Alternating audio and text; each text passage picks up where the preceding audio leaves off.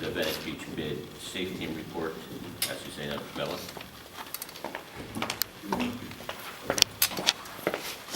Good morning, everyone. I just sound worse than what I actually feel, so just ignore that a little bit. You know, I love spring. It's fantastic, but it comes with a lot of unnecessary headaches for me, so I probably will be here like this for a while.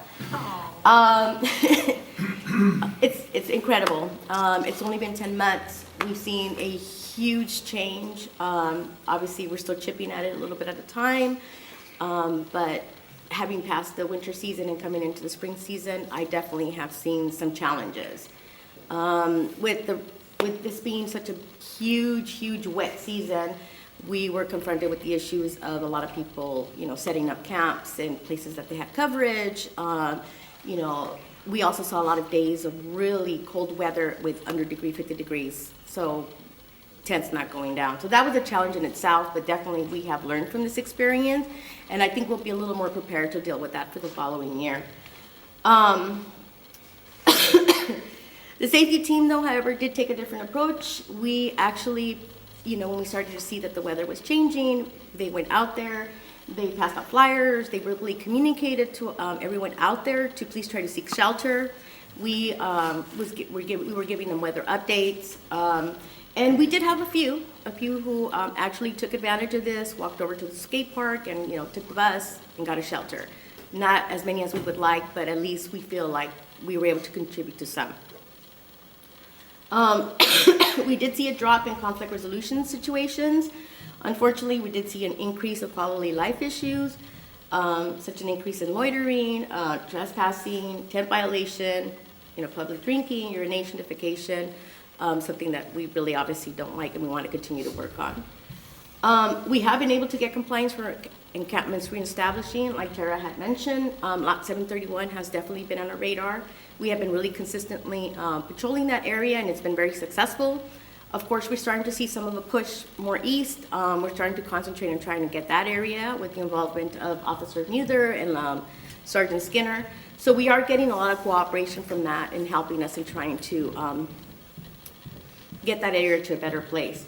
We've also been able to reinforce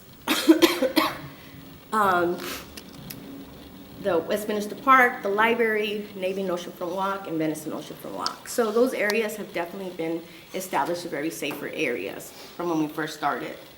Our team has effectively started to build excellent relationships with everyone out there. They're on a first name basis. I know I've started to say that from the very beginning, but definitely we're starting to see the positive effects. I want to share with you just this one little story from actually just this last week, and I think somebody in here might actually know of the story, but we got a call from the business this week saying, hey, we have a situation, we've already tried to deal with it, we can't, and this gentleman's here. Can you help us? So I had two of my team members respond to that call, and when they got there, they were addressing him, explaining to him, just stared at them blankly. So they thought, well, maybe he speaks Spanish. So they talked to him in Spanish. And they're like, okay, well, that didn't seem to make sense either. They looked at his sign, and his sign definitely looked like it was another language. And so they thought, well, maybe he speaks another language.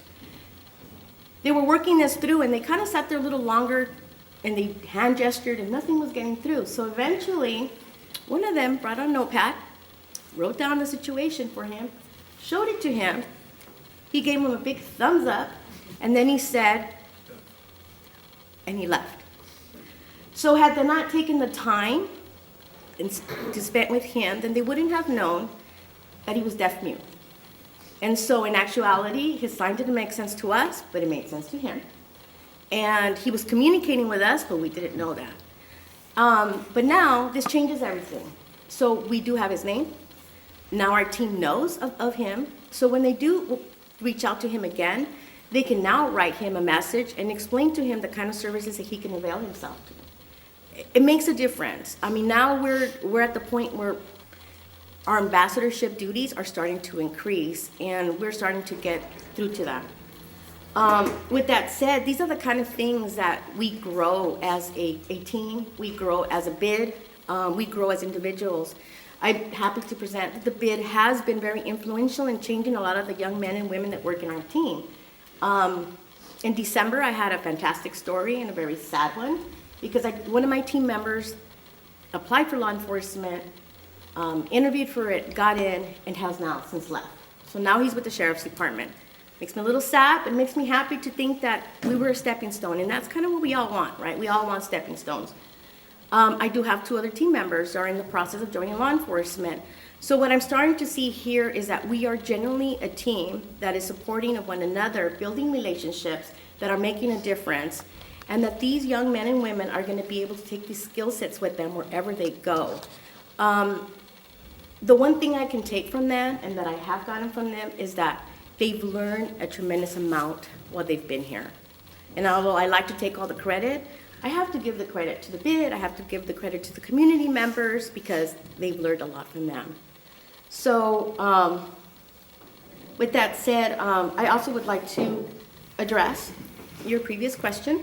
I didn't know it was exactly a complaint about the wake-up calls, because we're not generally doing wake-up calls, but more of a recommendation.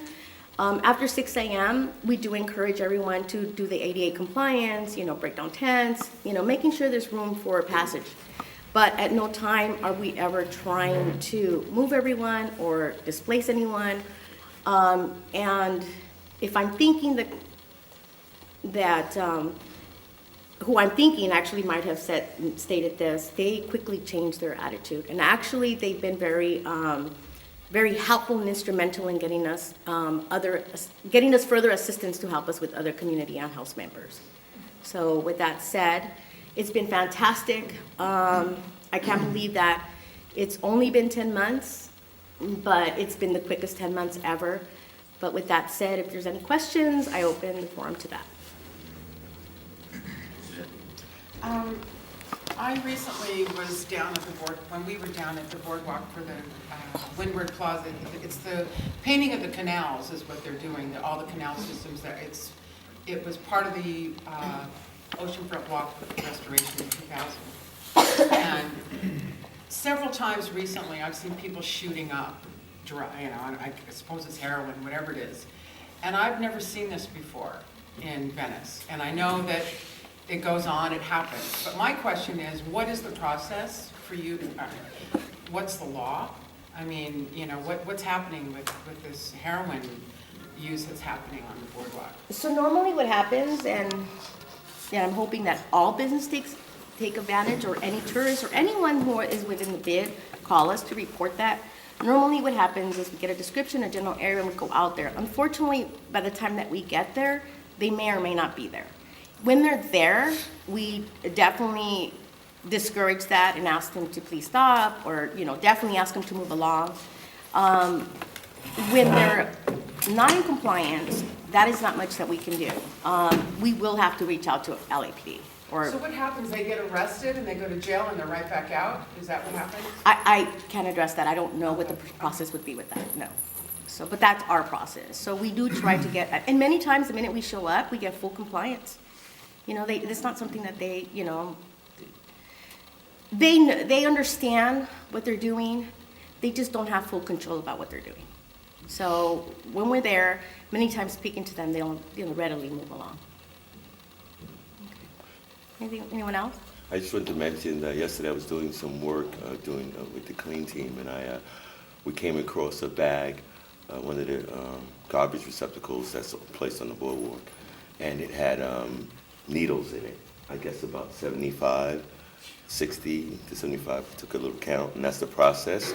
So I just wanted to let you know that there is a procedure, and I'm pretty new to that. Mm-hmm. I'm working on the boardwalk with the clean team, and they do have a very good process of handling those things. And they, the supervisors came out after we identified that was there and took note of it, and they make calls in to the police department, and then they handle it. If you find paraphernalia in the garbage can, and it was like a lot of needles, and it was in a bag, and some of them were coming out the bag. And anyone that's going, I'm so sorry, that's my message thing. Anyway, somebody told me to put it on volume so I won't miss my messages. I'm sorry, are you with an organization, or I'm sorry, I don't know. Who? You. When you say you're working with the team, with the BID team? Yes. Okay. Yes, I just started with the Chrysalis, with the big team, the clean team. And I'm getting a lot of good feedback from people, residents, and also from members. And the security team, the clean team are working together. And it's really awesome to see that kind of, camaraderie, and everybody is concerned from all different angles, helping one another with that. So, like she said, it's only been 10 months, and it's a lot has been accomplished.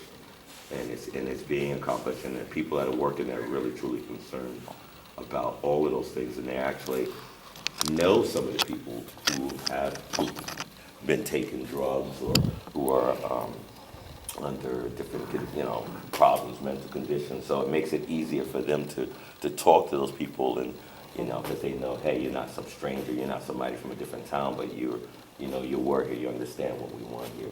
And so they comply. You can get more compliance. So coming back to that, I think that maybe the clean team can address more of the syringes, but their process and procedures for that. But certainly if the safe team does come upon a syringe, we don't just leave it there. We do call it in, and so that they can come and pick it up. With that said, thank you for reminding me. I guess I should add that we do try to hire within the community, so we are trying to hire within Venice. And I think Chrysalis has been more successful in that than I have, but we still have them coming from a very close general area. Anything else? Okay, well then, thank you so much. Thank you. We'll move on to